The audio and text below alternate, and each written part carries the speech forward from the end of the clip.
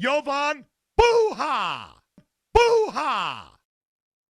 Yo, yo, I'm Jovan Buha, NBA reporter for Buha's Block, and welcome to another live show. Just got back from TD Garden where the Lakers fell 126-105 to drop to 16-6. They are now tied with Denver for the number 3 seed.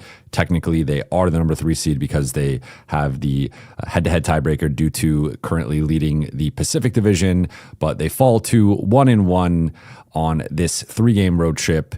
A schedule loss, if I dare say so myself. The Lakers, of course, second night of a back-to-back on the road. Now, it is also worth noting that Boston was on the second night of a back-to-back, and they did have to travel from Washington, but they did win that game by 45 points, and Jaylen Brown did not play due to illness. So he had fresh legs tonight, and most of their primary players had relatively fresh legs, at least in comparison with the Lakers. But even with that said, even if this was a difficult circumstance for the Lakers, especially with no Luka Doncic, who is still away from the team due to the birth of his second child, and no LeBron, no Marcus Smart, despite that, LA did not come correct tonight in terms of their first quarter performance. It's something I will talk about. But this game spiraled out of control very quickly, and LA technically won the final 3 quarters by 1 point. Some of that, of course, was in garbage time. But despite winning the final 3 quarters by 1, they still lost this game by 21, which just shows you how disastrous that first quarter was. One of their worst quarters of the season. But with all that said, shout out to everybody in the chat. Shout out to the late night gang. Appreciate you all for still tuning in after a loss. I know it can be tough after a loss. I see it with the viewership numbers. And one thing is I might be banned from going to future road Lakers games. This is my first road game of the season, first road trip of the season. When I saw the schedule back in August, I started to map out which games I was planning on going to. And the first one I circled was Lakers at Celtics early December.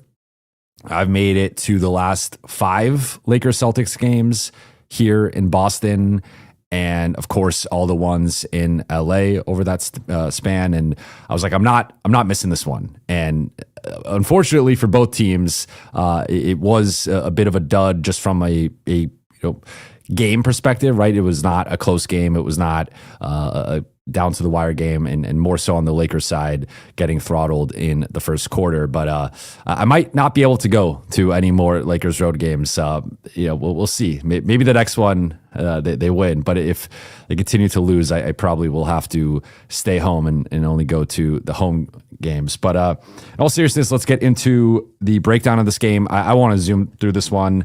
I know I always say that, and then I go like 35 minutes. For this one, I do want to go through it quickly because I think there's only so much we can learn or talk about from this game.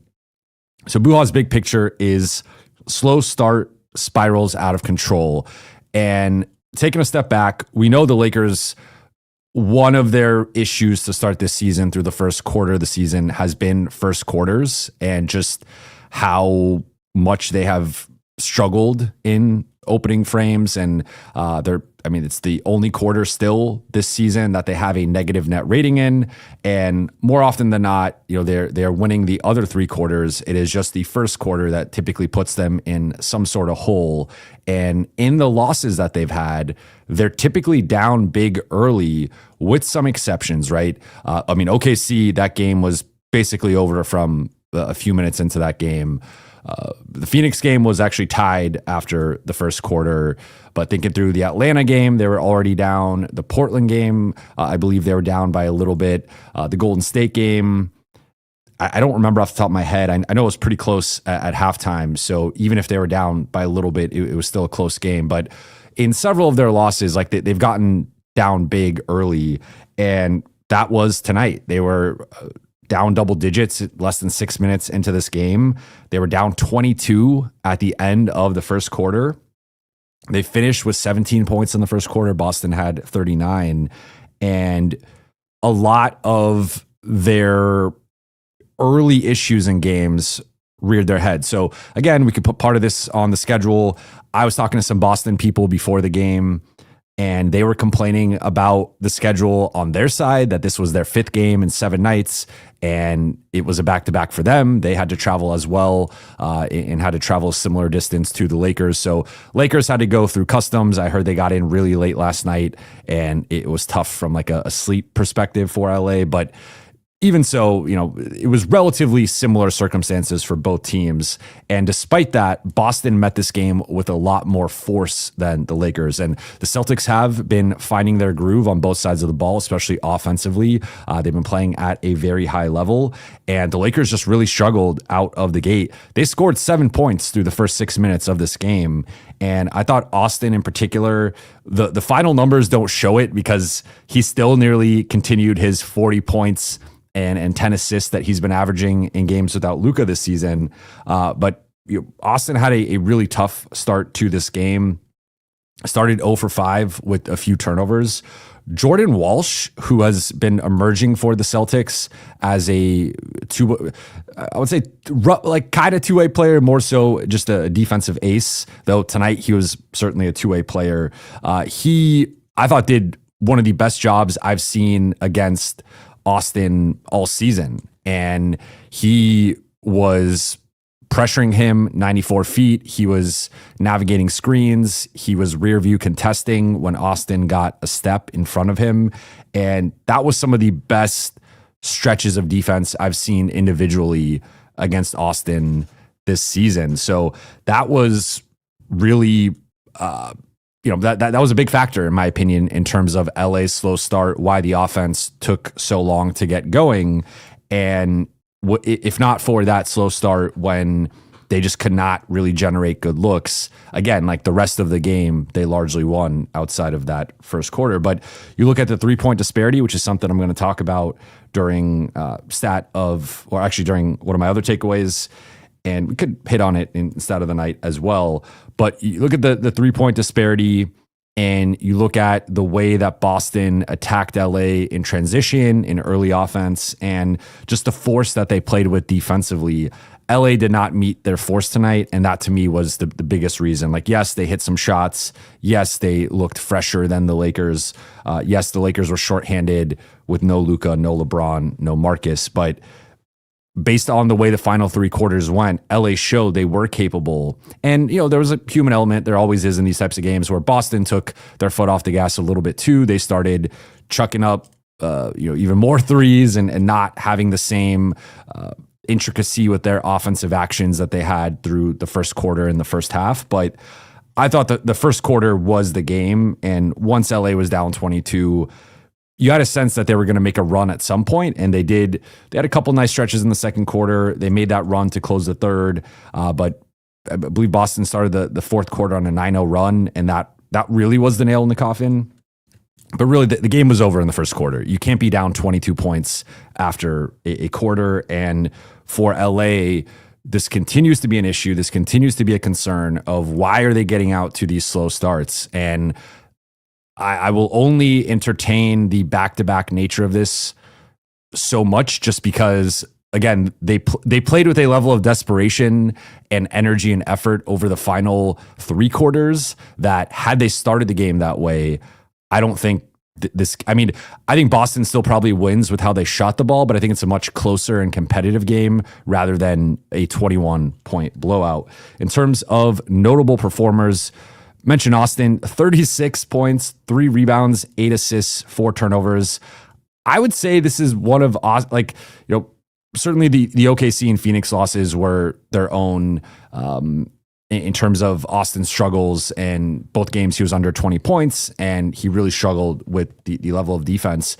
I was impressed with Austin's play, particularly in the final 2.5 quarters, because the Lakers emptied the bench midway through the fourth, where Austin finally cracked the code of the Celtics defense. And whether it was Walsh, whether it was Derek White, whether it was Peyton Pritchard, whoever they were putting on him, he started to get downhill. He started to get to the free throw line, and he finally got in an offensive groove. And then I think he started to spray the ball out to the corners. They still kind of struggled creating interior opportunities. What was interesting from what JJ said post-game was that he said that first half was actually one of their highest paint touch halves of the season. That did not pass the eye test for me. I obviously have not rewatched the game yet. I went back and watched like the condensed version of the game just to refresh my memory. But that was interesting.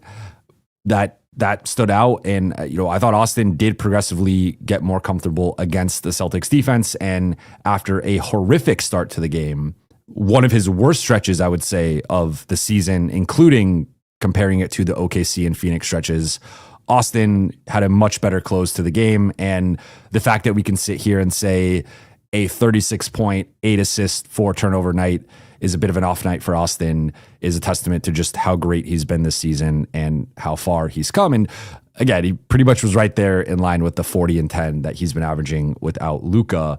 But certainly would like to have seen a better start from him. I think he was a big culprit in terms of LA getting out to that slow start. And now they didn't really have, Gabe did most of his work off of the ball, and the Lakers have, they're okay with him bringing the ball up and maybe initiating some actions, but Gabe is not a guy who's going to run a bunch of pick and roll. If he is running pick and roll, it's usually to go into a different action or for him to attempt to pull up three. It's not really for him to get downhill or create for others.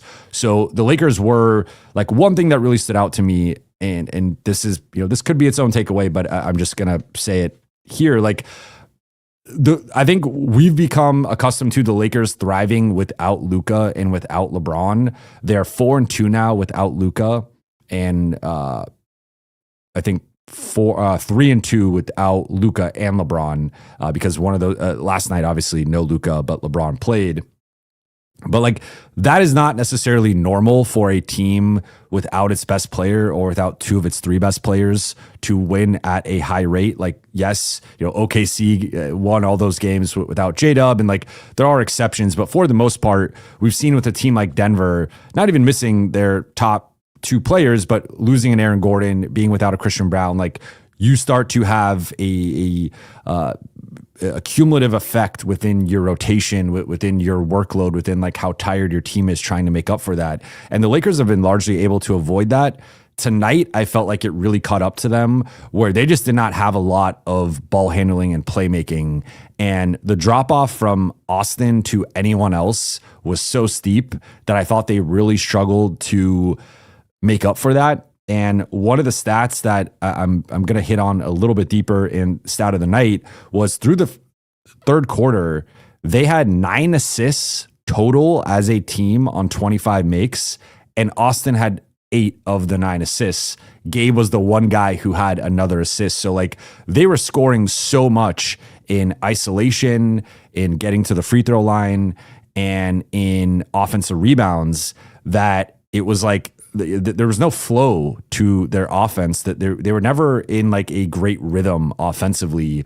And part of it was, again, the slow start and that stymieing them a bit. But part of it was they just did not have guys who could consistently create opportunities. And I thought Boston did a great job defensively. Their game plan was great. They were sending the low man over and sandwiching. One of the things that the Lakers did differently with DeAndre Ayton and Jackson Hayes in the Toronto game, and Crane just did a really good breakdown of this on his X account, was they were getting, doing some really smart sealing in terms of their rolling into a seal and making sure that the player that was switching on to them, often a smaller guard, was pinned behind them, and DeAndre Ayton would then put his arm up, and he got several easy buckets off of that, or several offensive rebound opportunities off of that because he had the inside position.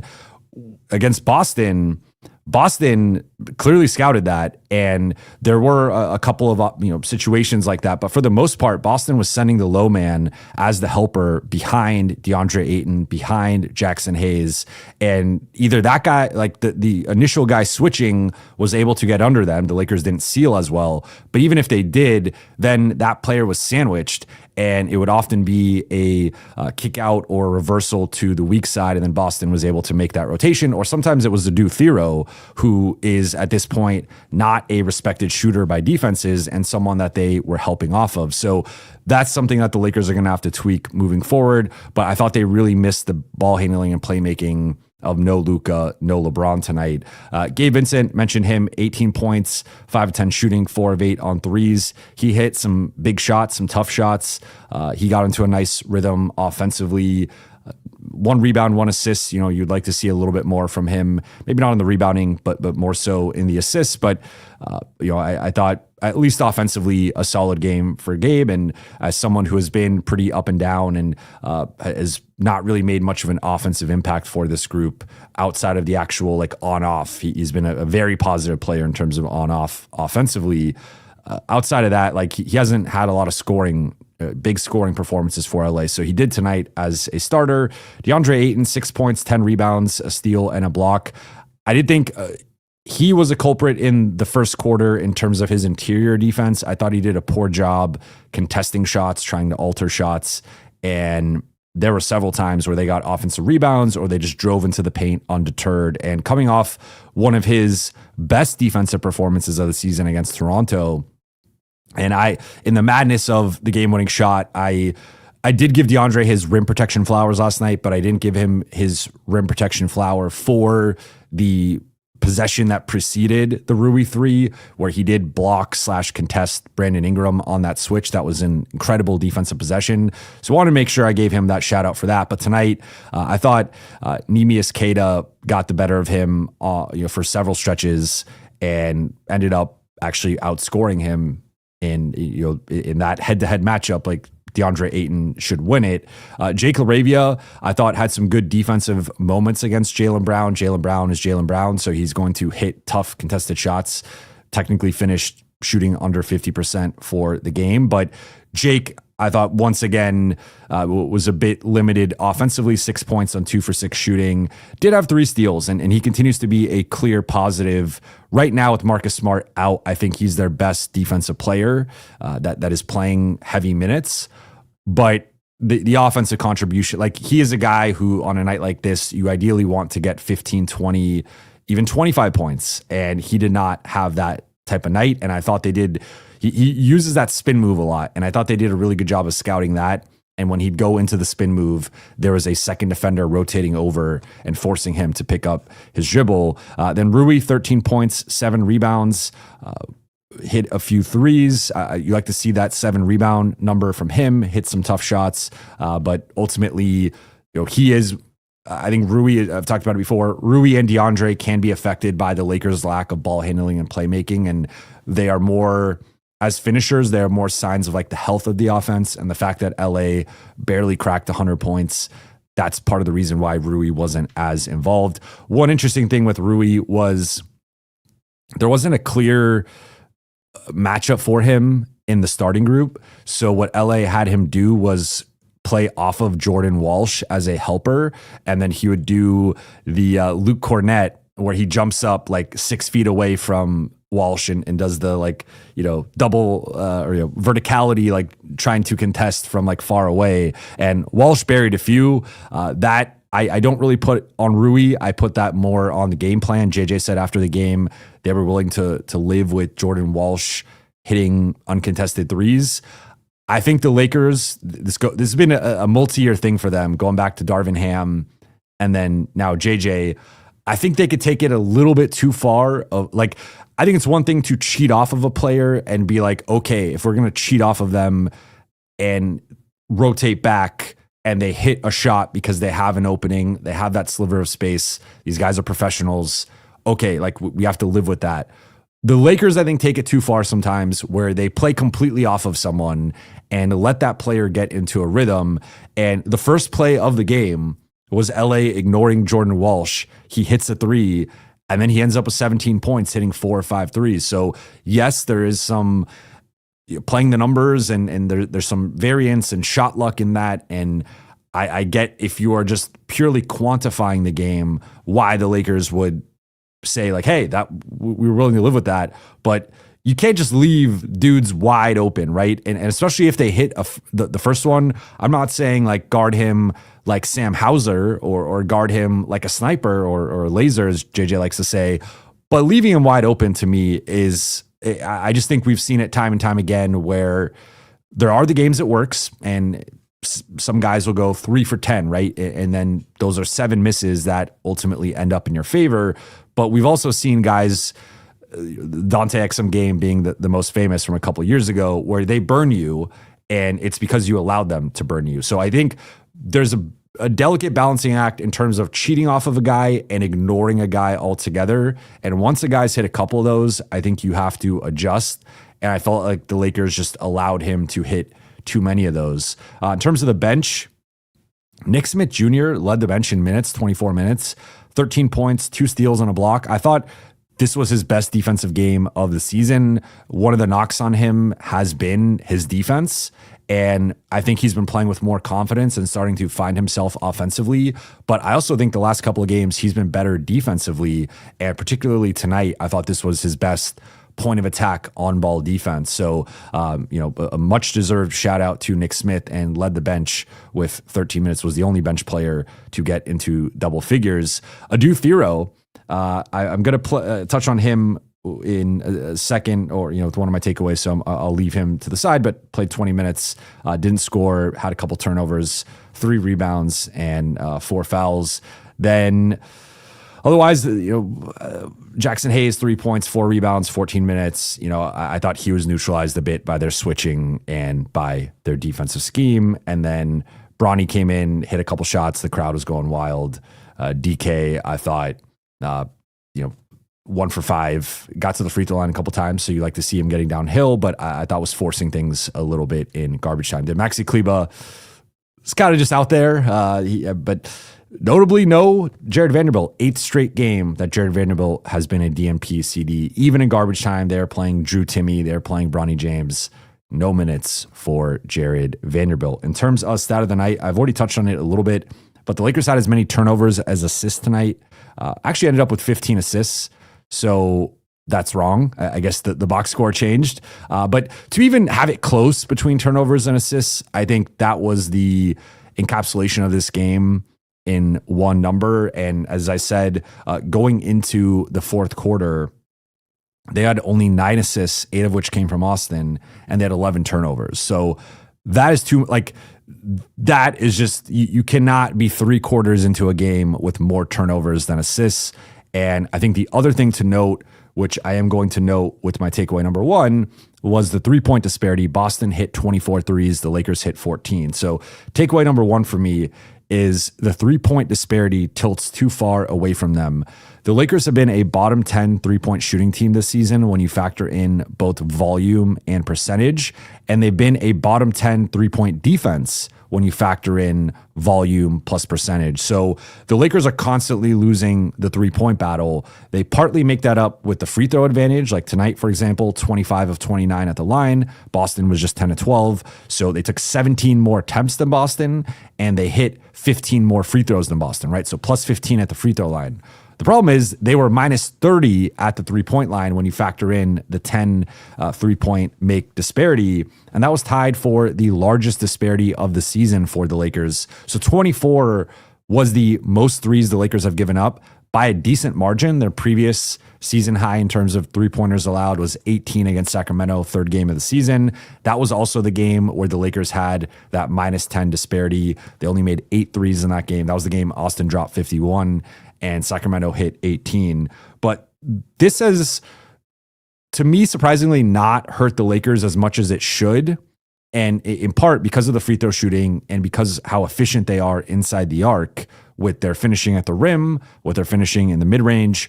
But LA being a bottom 10 3-point shooting team and being a bottom 10 3-point shooting defense does mean there will be nights like this where aggressive 3-point shooting teams just kill them at the line. And it is something that's difficult for LA to make up, right? Like you can do it at the free throw line. You can do it with your 2-point shooting, but that was not the case tonight for LA. Boston actually outshot them on 2s as well, in terms of both makes and just overall percentage. So, I mean, LA lost this game for several reasons. It wasn't just the 3-point shooting, but this was, again, tied for the biggest 3-point disparity of the season. And Boston got up 10 more attempts and they made 10 more. So, I mean, the Lakers had a good shooting night, 14 of 35, 40% on threes. That is a good shooting night, especially for them. Boston just went 24 for 45, 53%. And I thought, especially in rewatching part of the first quarter, LA's 3-point defense, I mean, it's been bottom 10 for a reason. They are bad at rotating out. They are bad at closing out. They are bad at contesting. And Boston, like, yes, they had an overperformance in terms of their shooting, but they also had a bunch of good looks. And that is in part due to LA's inability to contain the ball and also inability to rotate out to the line.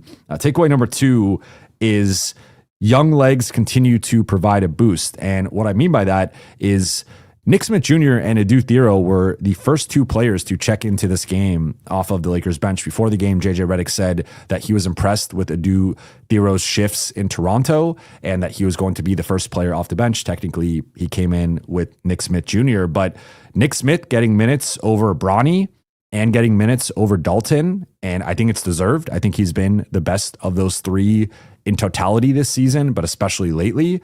And then Adu Thiero getting minutes over Maxi Kleber, getting minutes over Jackson Hayes, and getting minutes over Jared Vanderbilt. And I think with his energy and athleticism, I think it's warranted.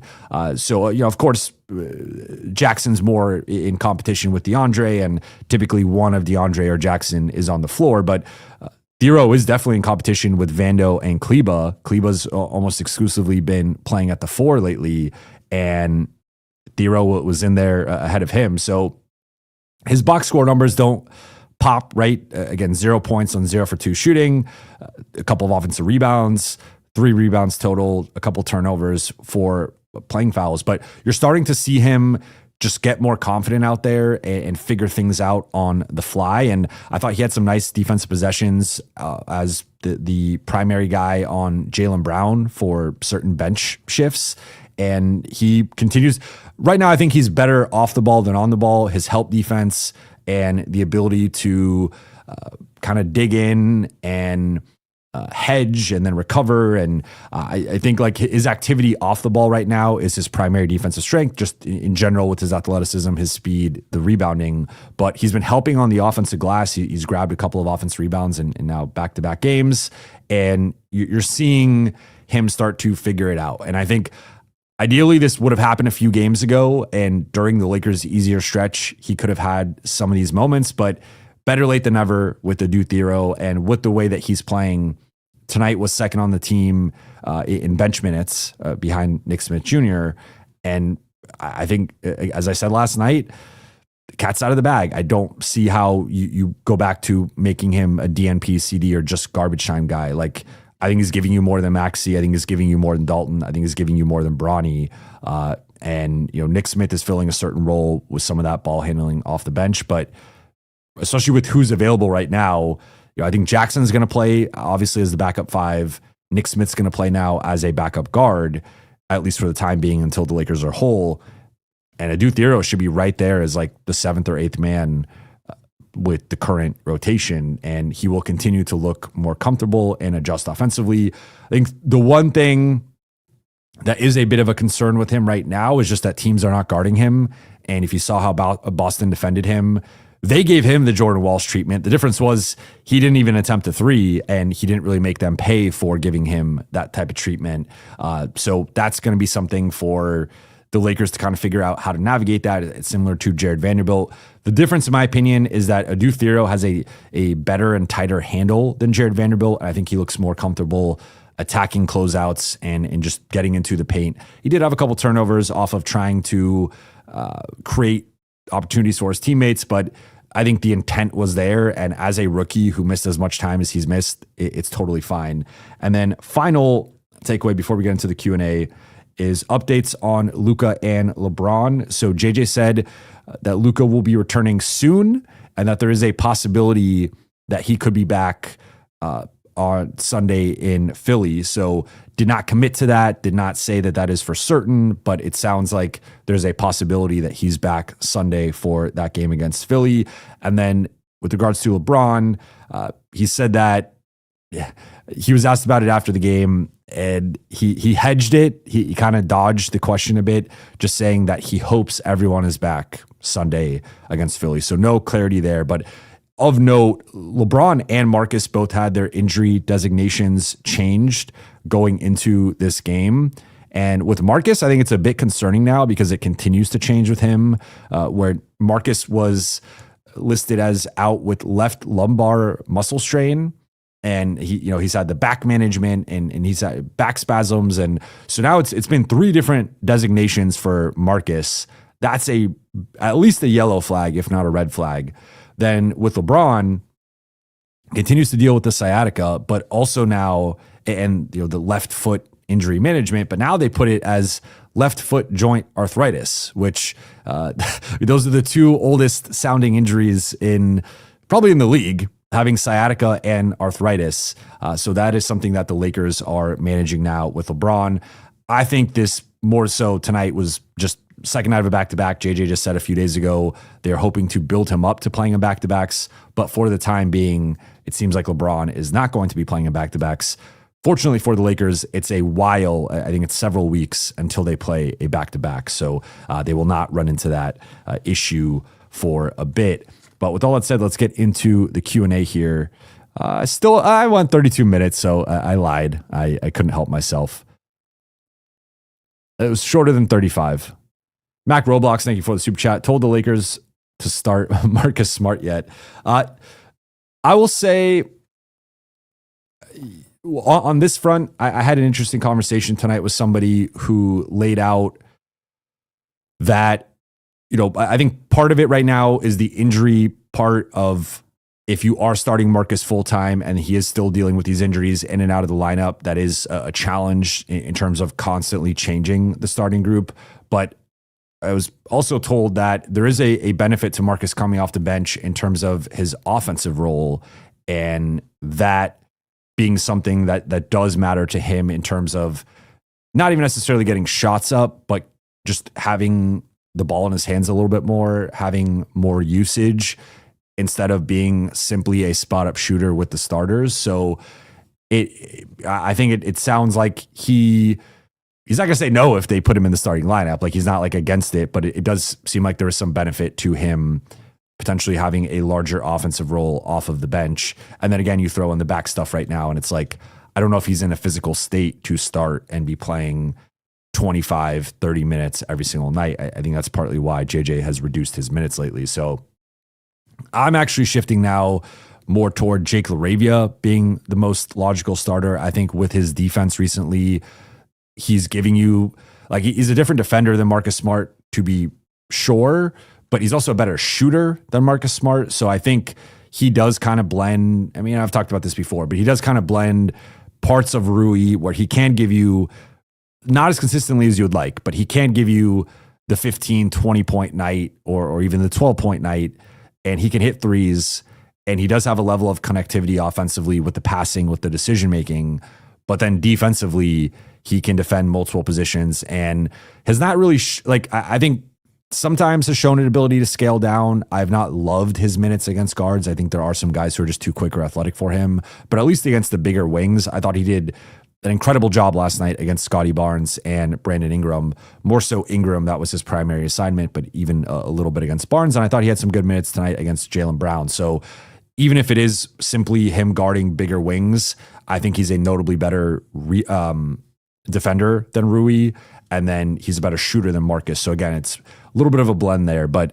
I think the truth is Rui's going to continue to start, and I don't see that changing anytime soon unless the Lakers go on a skid, and you could point to his defense and the starting group's defense overall, or if they make a trade, obviously.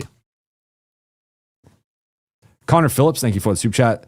Luka's dad buff incoming. Excited to see it. I thought this said dad bod at first, but dad buff. I think that's the positive spin on it for all of us dads out there.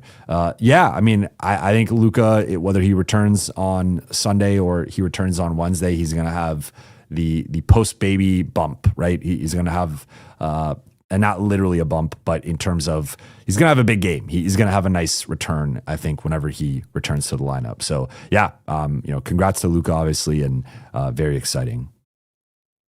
Zach Wan, thank you for the super chat. Will you extend LeBron and how much? LeBron is not extension eligible, so zero. He's going to be an unrestricted free agent, and Lakers have to figure out if they're going to resign him, what that looks like, and at what. I think it's too early to tell. Like, obviously, based on LeBron's current play, I think that number would be lower than what I think it will be in the future, or what I think he will play himself into. So I don't even really want to touch this one, just because I think, if LeBron is playing the way that he's playing right now for the rest of the season, that's a totally different conversation on multiple fronts, right? Like, I don't think this would be the level of play that LeBron would want. Like, he's talked about hanging it up when he gets below a certain level. I think right now, at least through the first 6 games, he has looked below that level. Like, he wants to retire as like still an all-star, all-NBA type guy playing at a very high level. That is not how he has started the season, of course. But as I've preached before, I think he deserves some patience. He's dealing with multiple injuries. He's missed 6.5 months. He's about to be 41. I don't want to overreact there. So he's not extension eligible, and I don't know what that number is. I think that's more of a conversation closer to like March or April. And then 2, you say, I worry about Herb's injury history. Yes and no. So with Herb, I just talked about this last night. He actually, through his first 3 years, only had 1 season where he was really injured. And even that season, I believe he played 66 games. So he's missed 16 and the other 2, I think he was around like 74, 76 games. So really through his first 3 seasons, he had only had like 1 season where he missed a notable chunk of time. And even 66 is like, 66 nowadays is like 72, 73 back in the day with how many games guys tend to miss. Last year, he missed, or 2 years ago, he played, I believe, in 20 games. I could just look this up. And I think last year was the year that it was also a year from hell for New Orleans. Last year he played 20, and then this year he's played 16. So he has missed a few this year. I would say he is like somewhat injury prone. I'm not going to deny that. I'm not going to say he's a beacon of health, but I don't think it's to the point of actually having to worry about it. The guy that I think he is often lumped in with, less so recently, just because I think this player has really ascended this year to a different level, and I don't think he's available, is Jalen Suggs. And Jalen Suggs has a more extensive injury history, and that's a guy, and those are a couple of guys that people, I looked into over the summer in terms of their potential fit and just their track record. And Suggs is the guy who I think is actually far more injury prone compared to Herb. It's certainly a factor. And you have him and Marcus Smart potentially as 2 injury prone guys. Like, I get it, that is a concern, but depending on the price and depending on the Lakers' options, I still think he is arguably the best one. And then number 3, how much would you pay Rui, DA, and Marcus for next year, looking at their season so far? It's a good question. I think Rui's an interesting one, because Rui is objectively better now than he was when he signed his extension new deal with the Lakers. So like, that was pre him becoming a 40+% 3-point shooter. And I think now Rui is probably in line. I don't know how much of a bump he's going to get, but I do think he's probably going to get a bump into at least the low 20s. I don't know if I'd go as high as 25. I think that's a little bit too high for my liking. So if it was up to me, I would try to keep it as close to 20 as possible. I think maybe I'd be willing to go a little bit higher, but I think the one thing when we talk about next offseason is there are so many factors here in terms of, first and foremost, what's happening with LeBron, because that's a huge swing factor in terms of, is he retiring? Is he retiring or leaving, right? Because then that money is entirely off the books. Or is he coming back, and what does that price look like? Then you also have Austin, who I think that one technically could be like a bigger factor because Austin is so important for LA's future. But I think the Austin one's a little bit more straightforward of right now, he's going to get a max offer from the Lakers. Like I don't, that can change but that could change based on how the rest of the season goes. But with Austin's play right now, he's getting a max offer. And remember, it's a smaller max. It's not like the big max. So Austin at $42 million that is his value. Like, I don't know what else to say. So the Austin one, I think, is pretty much just like Lakers make an offer and he accepts it, barring, again, things going off the rails the rest of the season. And then you have DA and Marcus potentially opting out.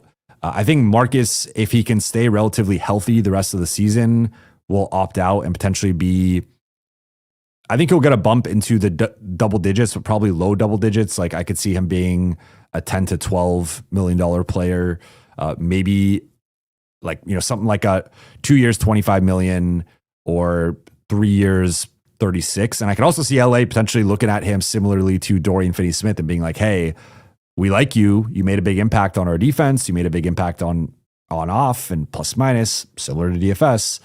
But because of the injury stuff, we can't commit to you longer term. We only want to commit to like a shorter deal. So that will be interesting with Marcus. I think he's playing his way into like the mid-level conversation, I think, at least when he's been available. But the issue is the age and the injury history. Again, if he stays like relatively healthy the rest of the way, that's a different conversation. If he's in and out, then he might just opt in and not even opt out. DA is going to be interesting because he is playing like a $20+ million player and maybe even a $25+ million player. Like if you look at his numbers compared to the centers who are making $20+ million, $25+ million, he is right in line with all those guys. So I would say I would personally prioritize this as DeAndre, Rui, Marcus, but it depends on, there's a lot of factors, like, how does DA fare in the playoffs, right? Does he remain locked in and bought into his role? How does Marcus fare in terms of his health the rest of the season? How is Rui's defense? And do they at some point make that move for another wing, or do they at some point move him to the bench? And how does he respond to that? How does he react to that? I think I've been on record with, like, if you are committing to Rui as your starting power forward moving forward, you're basically saying your starting front court defensively is DeAndre, Luka, and Rui. And I have some real concerns about that trio as a foundational trio defensively. I don't think that's quite good enough. I think you have to have two awesome defenders at the other two positions. And the Lakers are almost certainly committing to Austin Reeves at one of those two positions. So that then puts so much pressure on that fifth guy.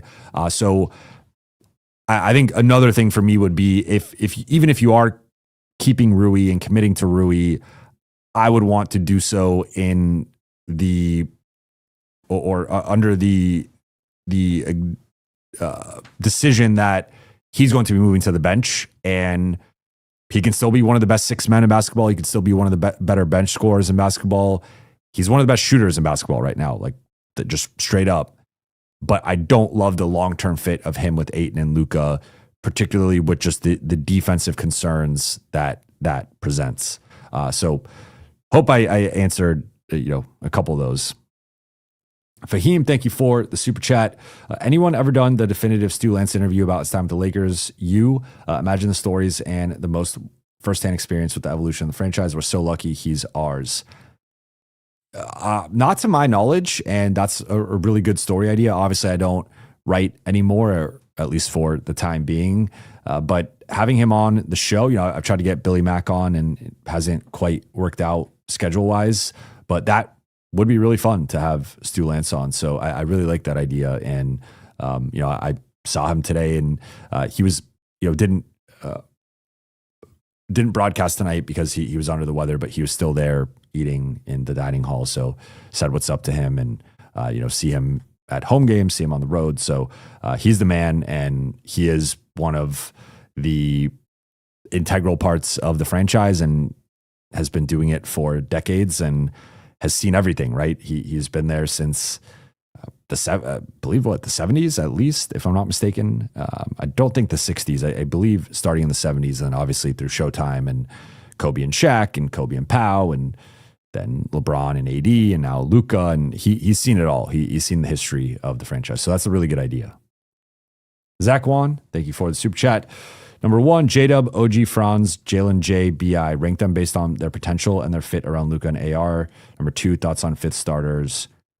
Okay, offense and defense. Thoughts on, I'm guessing you're saying thoughts on them as the fifth starter. Okay.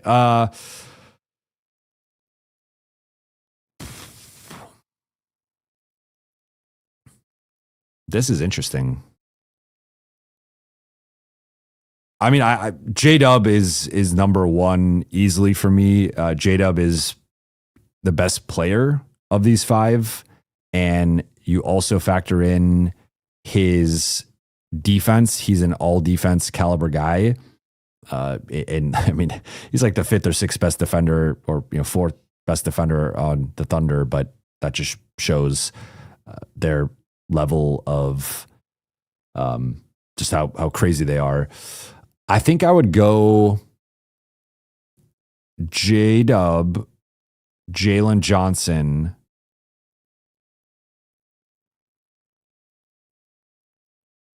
This is where it gets tough. I think if I'm ordering it, I'll be clear here. I think BI is 5th. I think BI is a little bit too ball dominant and ISO heavy for what the Lakers need. I also think he is the worst defender of these 5. So in terms of BI needing the ball in his, I think he needs the ball in his hands more than any of the other ones to be effective. And I also think he's the worst defender. So BI to me is 5th. Franz versus OG is really interesting because Franz is better than OG, but OG is a better defender. And OG is in the conversation for perfect fit for what LA needs. I think I would go J-Dub, Jalen Johnson, OG, Franz, BI. And with Franz, it's more so just because of how great OG is defensively. And I mean, Franz is shooting the ball better this year, but his shot is not a strength of his game. He's still a below average 3-point shooter. OG is not a great shooter either, but he's shooting pretty well this year, 39% on 6.5 attempts, back-to-back years, 37+%. So, yeah, I mean, you can even argue for OG as high as number 2 here. I just think Jalen Johnson, he's also having a breakout shooting season, and dude is a beast. He had a triple-double tonight, barely out of the first quarter against Denver. And he's the best passer of these 5. And I think that is another, in some ways, Jalen Johnson could do a lot of what the Lakers' ideal version of LeBron is with this team. Jalen Johnson is by far the best passer, in my opinion, of these 5. So, and I think probably, right now it's probably the second best. It's really close between him and Franz. You could argue for Franz second, but Jalen Johnson is a stud. So I think my final ranking would be J-Dub, Jalen Johnson, OG, Franz, and BI. And then thoughts on as the 5th starter for all of them. I think for all of them, or are you saying, I'm confused by this last question here. In terms of how they would, J-Dub is a top 15 guy who at times was the Thunder's best player in their championship run. OG, and he's a two-way stud. He's a two-way monster, obviously coming back, from the hand surgery and whatnot, but he's also a gamer for playing through the hand stuff, right? He did not complain. He did not sit out. He did not use that as an excuse. He had a legitimate injury that affected his shooting, and he just gutted through it and won a title.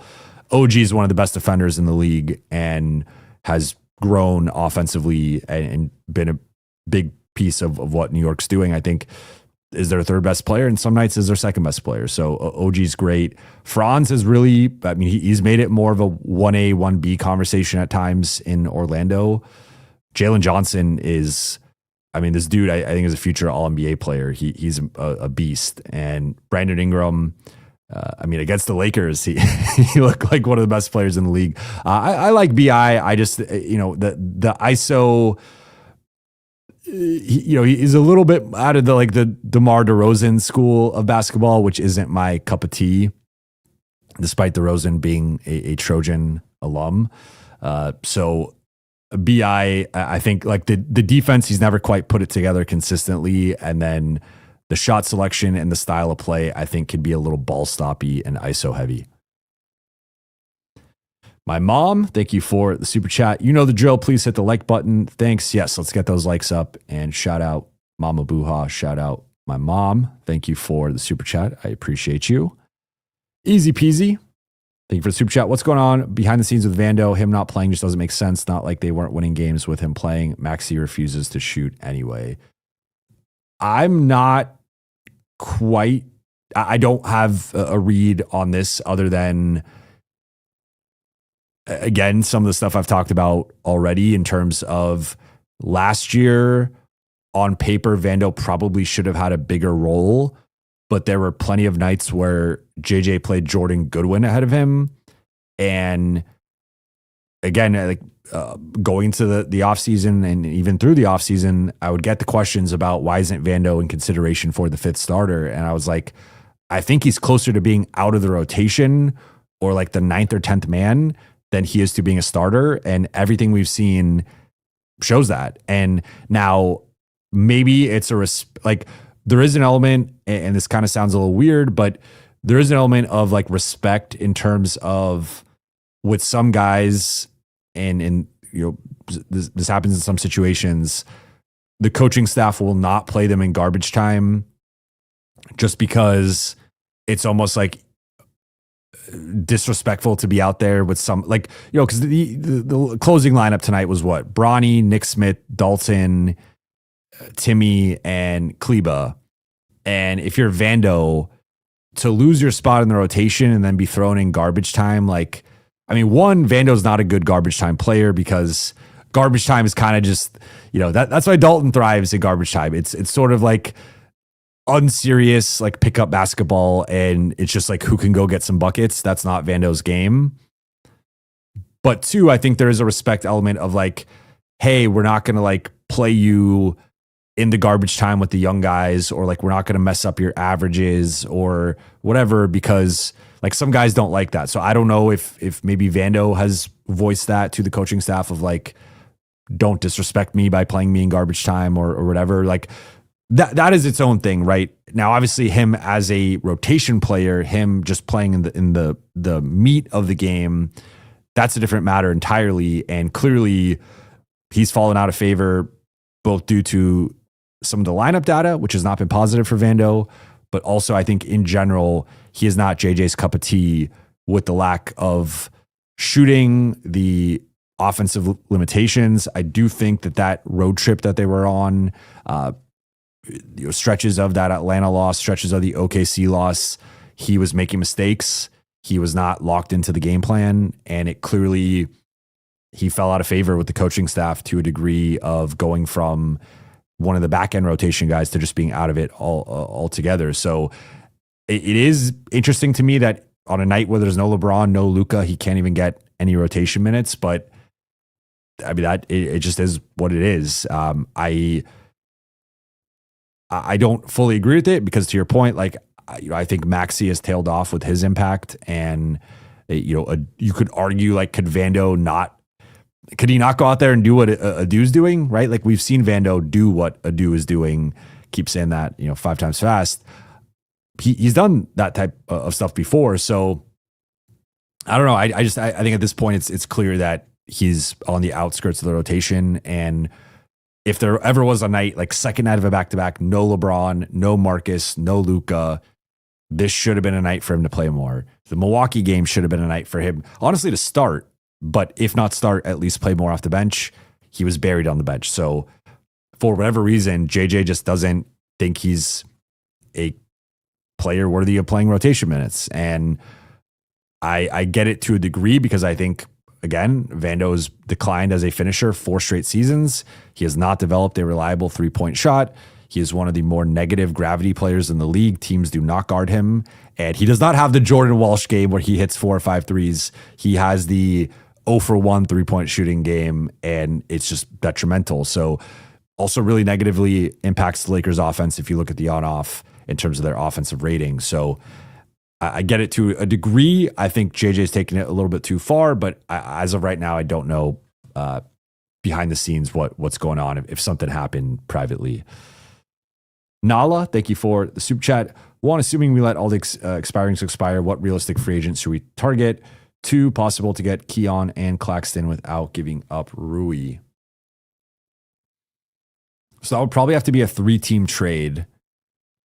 Or it doesn't have to be, but I think the easiest way would be a 3-team trade with Sacramento and Brooklyn, which I think is relatively realistic in terms of both those teams being sellers. Financially, it is possible. The Lakers could, I believe Claxton is making mid-20s, if I'm not mistaken here. Yeah, because he has a descending contract. He's making 25.3. So if you add in Claxton and Keon Ellis, it's like late or high 20s. I almost said late 20s. That's a different thing altogether. You get close. It is a little tricky to do it without Rui. The cleanest way is Rui plus Gabe or Rui plus Maxey. Maxey plus Gabe plus Dalton. You are still taking on money, so that might have to be a trade the Lakers do closer to the deadline. Unless you're sending out Adu or you're sending out Jackson or you're sending out Bronny. But as of right now, I do not see them sending out any of those players. Maybe I don't know. Maybe Bron. I don't know. But it does not work financially. Like the Lakers, as of right now, and with how close they are to the first apron, cannot take back $1 more. So they don't have the money to send out without giving up Rui. So that's where, like, realistically, for the Lakers to be in the mix for anybody, it probably has to be a mid-20s or less contract, which technically Claxton is. But when you add in Keon, that's where, like, you could do Dalton for Keon, which works.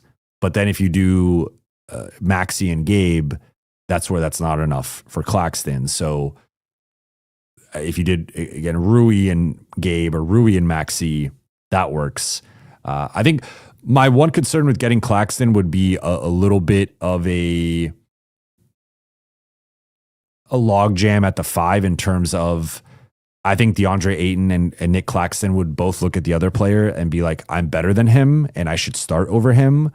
And, I think I don't think Claxton is a guy who'd be like, let me come to LA and play the Jackson Hayes role or play like 18 minutes off the bench. I think that could be a potential issue in terms of him being like, I'm a better player than DeAndre. And I would give DeAndre the edge this season. But if we were judging like the last 3 seasons, I think Claxton's in totality been the better player. So that I just think that's a little bit of a tricky situation.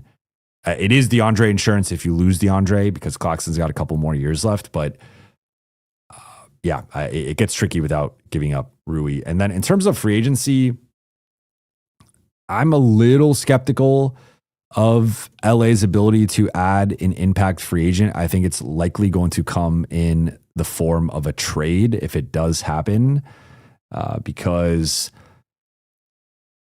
in looking at, Bradley Beal is a player option, so I'm going to assume Bradley Beal is not going to be opting out of that. Looking at, if we go through 2026 quickly, I'm scanning through here, not seeing any, like Josh Okogie, maybe. That's an interesting one. Ayo DeSumo is an interesting one who I like.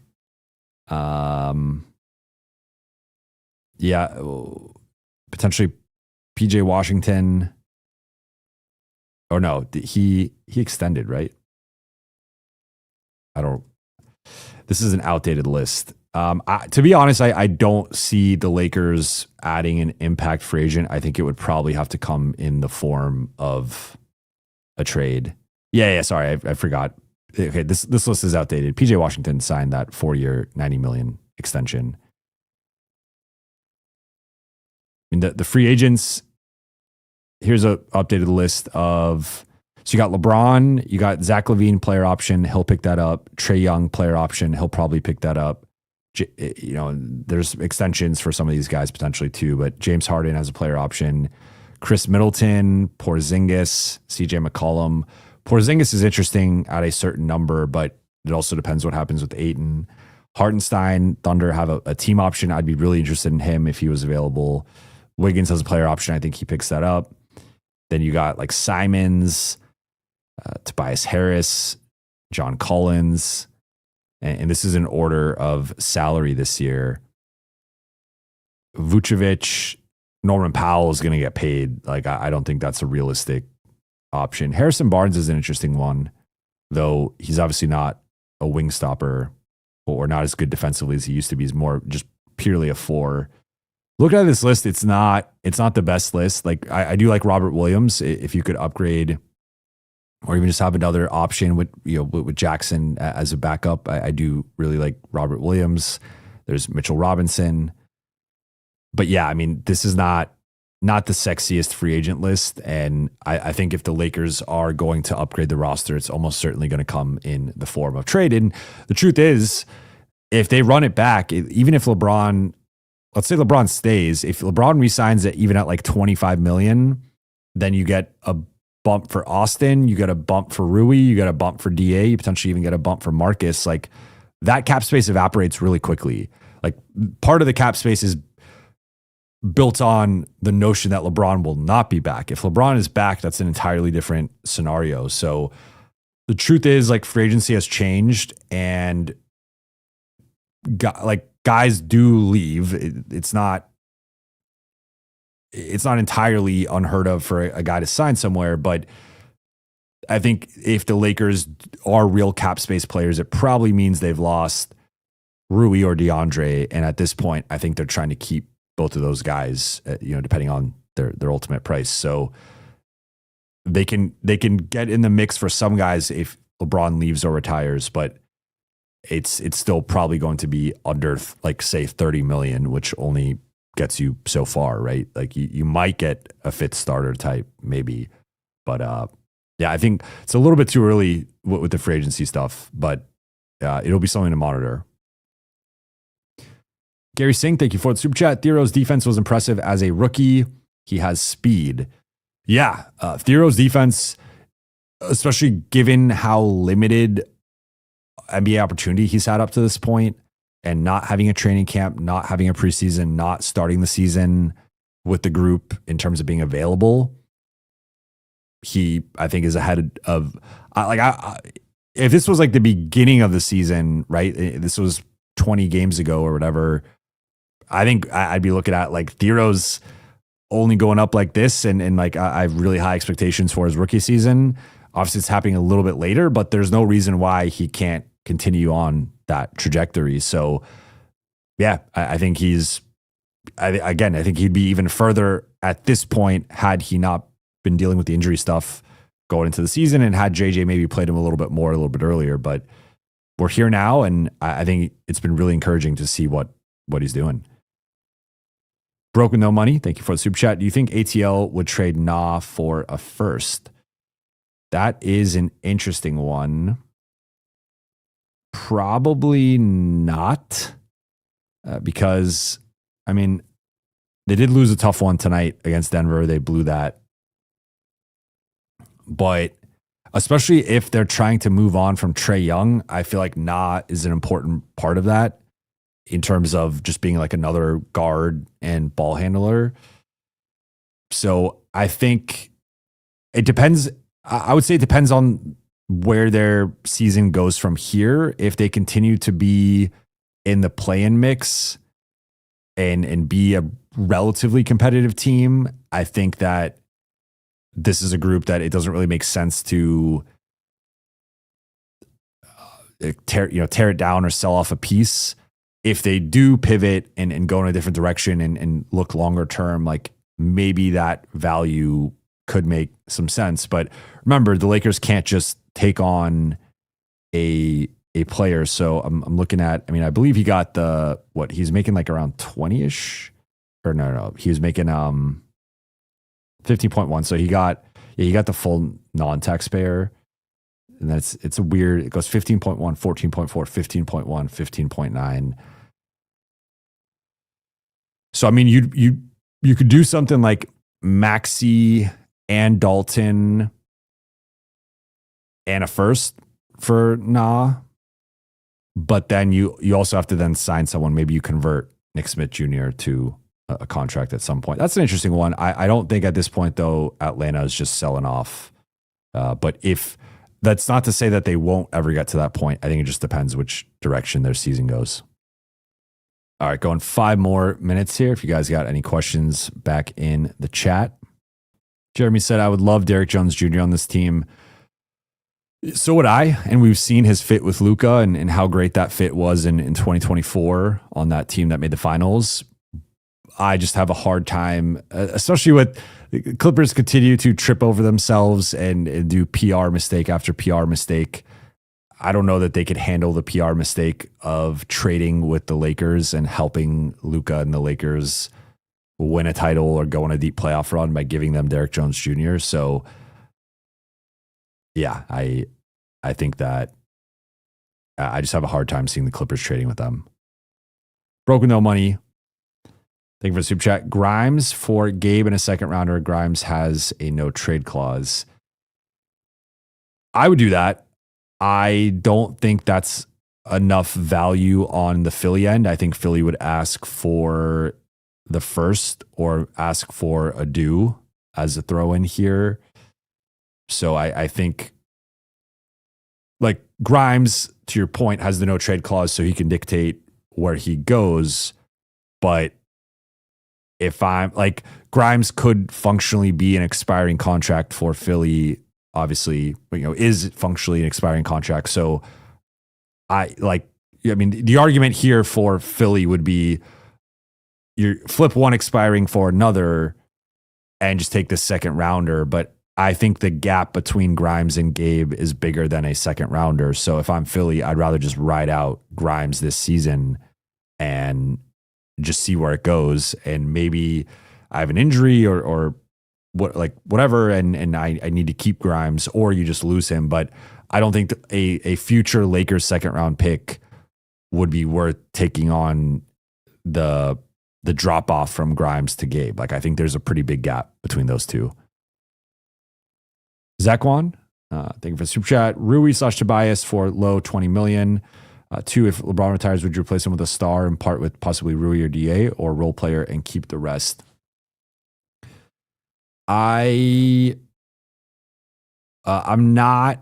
I think I'm not sure if you are saying here Rui and Tobias. I would say Rui and Tobias are actually very similar players, and I would only want one of them. I would actually rather just have Rui. I think Rui is a better player than Tobias at this stage of his career. And if it was Tobias, I would not want to pay him that high of a contract. If LeBron retires, I think there's a couple things you got to think about here. Like, what does the rest of the season look like for Austin? What does the playoffs look like for Austin? Like right now, we've talked about him as an all-star and all-NBA guy, and he had another really impressive showing tonight outside of like the first few minutes of the game. But does he keep up these averages? Does he keep up this level of play? How does it look in the playoffs? There's still some things we don't know with Austin that we'll only know in time. But that's part of it.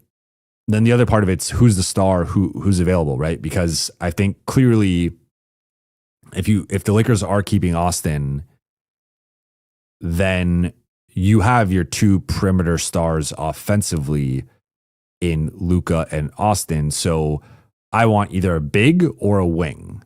I do not want another guard. That's why I've seen some people talking about the Lakers adding like another guard to this, and it's like that does not make any sense whatsoever. Like, yes, they are a little light at times depending on the injuries in terms of ball handling and playmaking, but that is far down the list of like longer term priorities and concerns with this group in terms of, first and foremost, they need a better fit starter, a better 3-and-D type guy. But if we're looking at like longer term and them adding potentially a third star or another player better than Austin, I think it has to be a wing or a big. It does not make sense to do it. If you're adding in another guard who's better than Austin, you might as well just trade Austin at that point.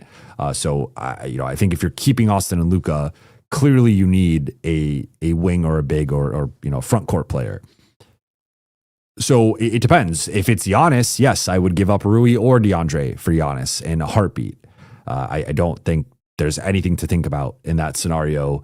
Like for as valuable as both those guys have been this season, as much as they've bought into their roles, as efficient as they've been 2 of the 12 most efficient players in terms of, I believe in terms of effective field goal percentage or true shooting.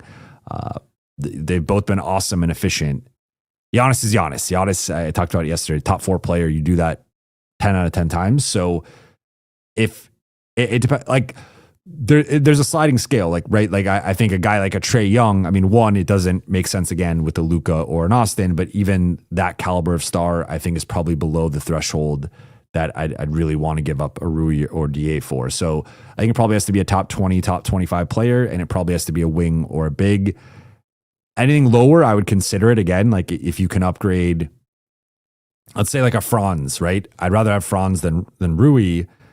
But it's all in the context of it, of like Franz is not a top 20 guy, but he is a better player than Rui. So depending on the price it would cost to get him, I would rather have him, right? So there's a lot of context that goes into this. But in a vacuum, if you could get another star, depending on the price, I think you have to consider it, again, depending on the price and depending on the fit. I think the biggest thing is the fit. Like we could go back a few years to the Russell Westbrook situation.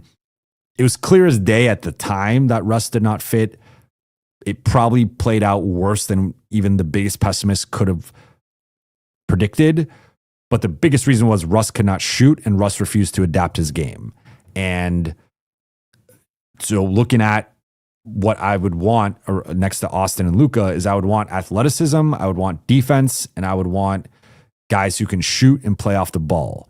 And so whether that's a star or whether that's role players, like those are the traits you need to have with the other players on the team.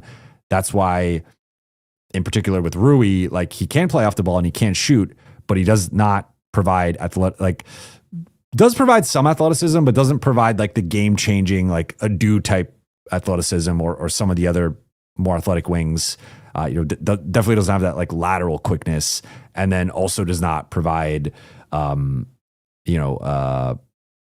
like the defense that you would want from that position. So I think it's hard to say without going into specific stars, but that's my read on it.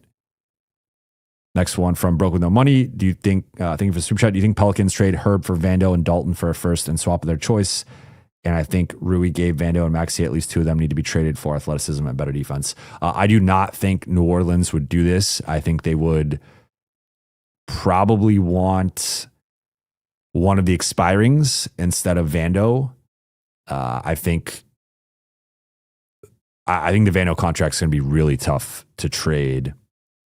I mean, it doesn't help that he's collecting DNP CDs, right? Like that's not necessarily hurting his value. It's certainly not help. Like Vando's trade value has not increased over the last 8 games. It has at best been neutral in terms of where it previously was, or it has gone down. It has not increased. You don't increase your trade value by being a DNP CD.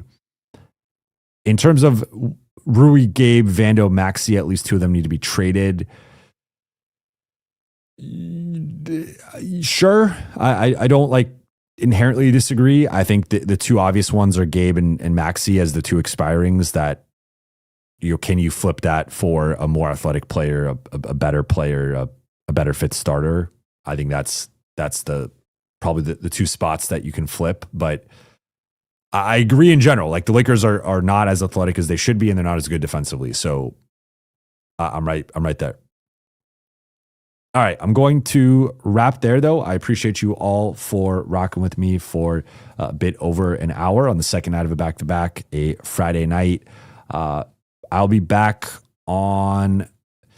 I'm actually going to be traveling back from the East Coast Sunday night, so I'm TBD on if I'm doing a live after the Sixers game. More realistically, I'll be doing a live and a Q&A the following day, so I'll have Lakers Collective in the morning, and I'll probably go live after that a little bit later in the day with a quick reaction to the Sixers game and then do Q&A as we do on here. But appreciate you all. Thank you for watching and listening. For those watching on YouTube, please be sure to hit that subscribe button, turn on channel notifications, and like and comment on this video. For those listening on Apple Podcasts, Spotify, or your podcast platform of choice, please be sure to follow, download, and leave a 5-star review. Doctore with the super chat here, I will answer it. Oh man, you're throwing me the grenade as I'm signing off here. Asked, do you think this is LeBron's last year in LA and he leaves in free agency? If so, what teams do you expect he would consider? I think it's too early to say whether it's LeBron's last year in LA. I want to have a better sense of where LeBron is at physically and with his game. I think we won't know that for another month or two. So I know that I'll say this. I know Eric Pincus had the report with Bleacher Report. I have heard similar things. Now, this has been from outside of the Lakers, at least from where I've heard it. So I have not heard it from people within the Lakers. I've heard it from people outside the Lakers that there is a sense among the league that whether he's retiring or whether he's continuing to play, that this will be his last year as a Laker. He won't be a Laker next year, again, either due to retirement or LA not signing him. I've not confirmed that with the Lakers. I don't think I'd even be able to confirm that with the Lakers. Like, I don't think they're going to admit to that or announce that yet, right? Like, I think there's still a lot up in the air with LeBron and his future. And again, we don't know if LeBron is even playing another season. I think he probably is, but that doesn't mean he is, right? Like, he has not made that decision yet and has certainly not made it publicly. So, I mean, based on the potential of him retiring, I guess, like, you could... If there's three outcomes here, right? Like LeBron retires, LeBron leaves in free agency, and LeBron keeps playing and stays a Laker. Technically, two of the three scenarios end with LeBron not being a Laker next season, right? Like he either retires, he goes somewhere else, or he remains a Laker. Now, that's assuming that each of those is the same probability. Right now, I don't think we have enough clarity. So if we just take that at face value, I think you could argue that there is maybe a greater chance than not that he is not back, but I don't say that with great confidence and I don't say that with certainty. So I think it's a little bit too early to tell.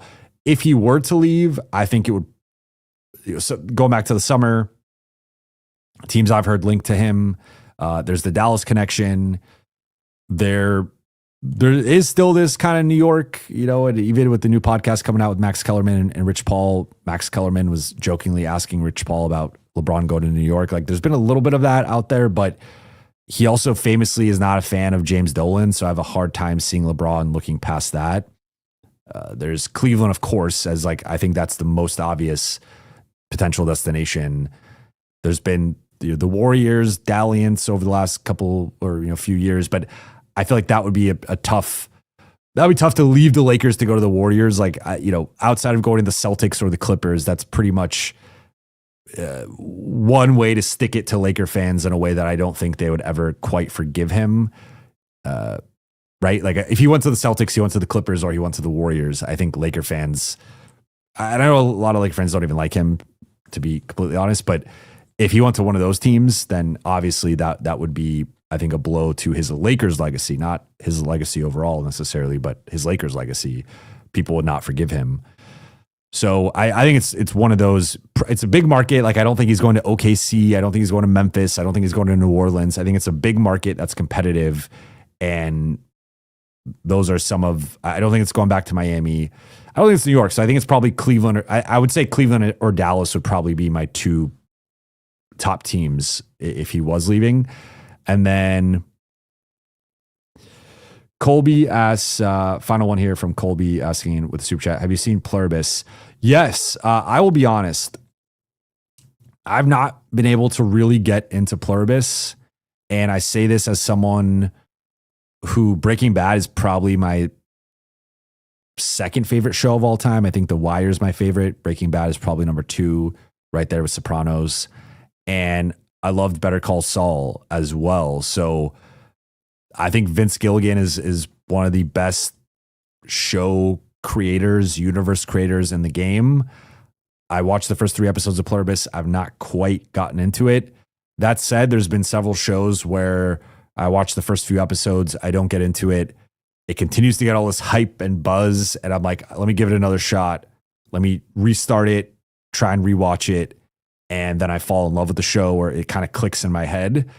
I feel like that might be Pluribus. I actually had a Thanksgiving conversation with my uncle and my cousin, who are both in the business, the film business. And when I told them I wasn't really liking Pluribus, they looked at me like I had 3 heads. So, clearly it's getting acclaim, and of course there's going to be some controversy and polarization with a show like that. So I know some people don't like it. I'm not the only one, but I would say I've watched the first 3. I'm not continuing to watch it, but I am probably going to continue to watch it and probably give it a restart with some fresh eyes, because I know a lot of people love it. But yeah, it's just for whatever reason has not clicked for me the same way that Breaking Bad and Better Call Saul did. All right.